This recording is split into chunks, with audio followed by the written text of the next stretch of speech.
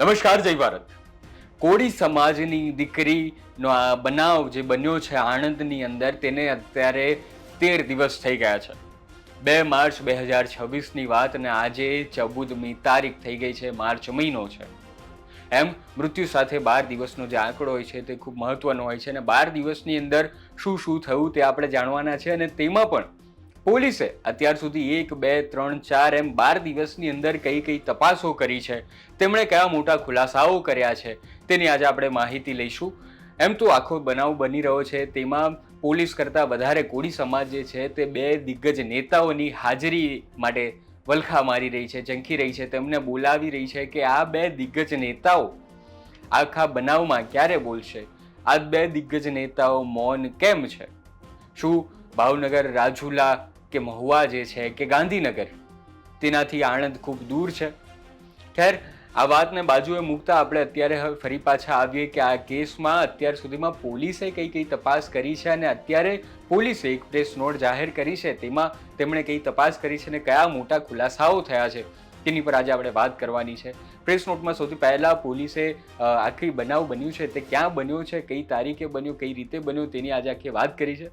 ઘટનાની તારીખ હતી 2 માર્ચ 2026 અને સમય હતો રાતના 8:30 થી 9 વાગ્યા સુધીમાં અને સ્થળ હતું આણંદમાં આવેલું ડીએન કેમ્પસની કસ્તુરબા હોસ્ટેલ.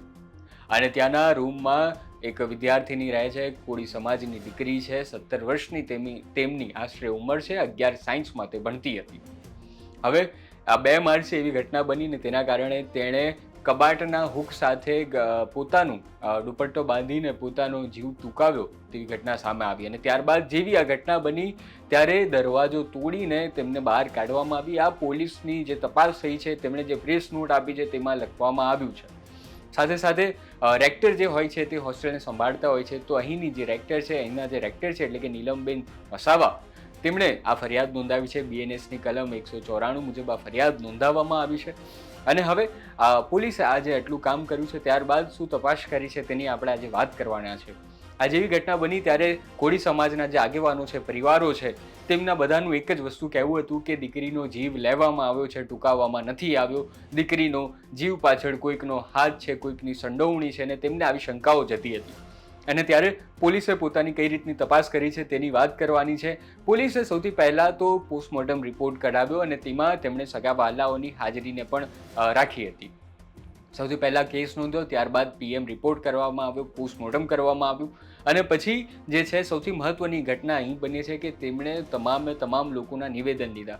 બાળકી સાથે, દીકરી સાથે જેટલા પણ લોકો જોડાયેલા હતા, તેમના રૂમમેટ, તેમના સગાવાલાઓ, કોળી સમાજના આગેવાનો, પરિવાર જે છે તેમનો દીકરીનો, તેમના પણ તમામના નિવેદન લેવામાં આવે. ને અહીં આખા કેસમાં નિવેદન ખૂબ મહત્વના બને છે. તેનું કારણ એ છે કે જીવ ટૂંકાવવામાં આવ્યો કે લેવામાં આવ્યો તે આ નિવેદન પર ખૂબ વધારે મહત્વનું નિર્ભર રહેશે. નિવેદન લેવાયા પછી શું થયું છે તો તેમાં પોલીસે 2 મોટા ખુલાસા કર્યા છે. આ 2 મોટા ખુલાસા કયા છે? તો પહેલો ખુલાસો એ કર્યો છે કે દીકરીને જે છે તે કોઈકના કારણે આત્મહત્યા કે તેમણે પોતાનો જીવ ટૂંકાવ્યો હોય તેની શક્યતા નથી, કે અત્યાર સુધી દેખાઈ નથી રહ્યું. તેમણે એ જ લખ્યું છે કે કોઈકના કારણે આવું કંઈક બનાવ બન્યો છે તેની કોઈ શક્યતા અત્યાર સુધી નથી દેખાઈ. અને સાથે બીજી મોટી વાત એ કરી છે કે દીકરી પાછલા 3 વર્ષથી આ હોસ્ટેલમાં રહી હતી, અભ્યાસ કરી રહી હતી, પણ તે સતત તેના પરિવારને કહી રહી હતી કે મારે પીજીમાં રહેવા જવું છે. તેને પીજીમાં રહેવા જવાની વાત છે તે આખા પોલીસે પોતાનું જે આ બયાન નોંધાવ્યું છે, પ્રેસ નોટ આપી છે, તેમાં લખાવ્યું છે. હવે આટલી સુધીની ઘટના બની છે, પણ અત્યારે એની કરતાં મોટો સવાલ એ પણ છે કે બીજી જે શંકાઓના દાયરા છે, કોળી સમાજના આગેવાનો જે વિવિધ શંકાઓ સવાલ ઊભા કરી રહ્યા છે તેની પર અત્યાર સુધી પોલીસે કોઈ નિવેદન નથી લીધું. કે ત્યાં પેલા જે કર્મચારીઓ હતા, હોસ્ટેલના કર્મચારીઓ, તો તેઓ ઢૂંઢવા કેમ માંડ્યા? આ હોસ્ટેલના કર્મચારીઓના પહેલા વિદ્યાર્થીનીઓ તેના પરિવારને કેમ જાણ કરી? હોસ્ટેલના કોઈ ઓફિશિયલ કર્મચારીઓ જાણ કેમ ન કરી કે આવો બનાવ બન્યો છે? આની પહેલાં પણ આગળ એક આવો બનાવ બન્યો હતો, તેમાં શું કામગીરી કરવામાં આવી છે, તેનું આ કેસ સાથે કોઈ જોડાણ છે કે નથી? આ તમામ વાતો પોલીસે પોતાની તપાસમાં અત્યાર સુધી નથી કરી. પણ અત્યાર સુધીમાં તેમણે જે કહ્યું છે તે અમે તમને જણાવ્યું.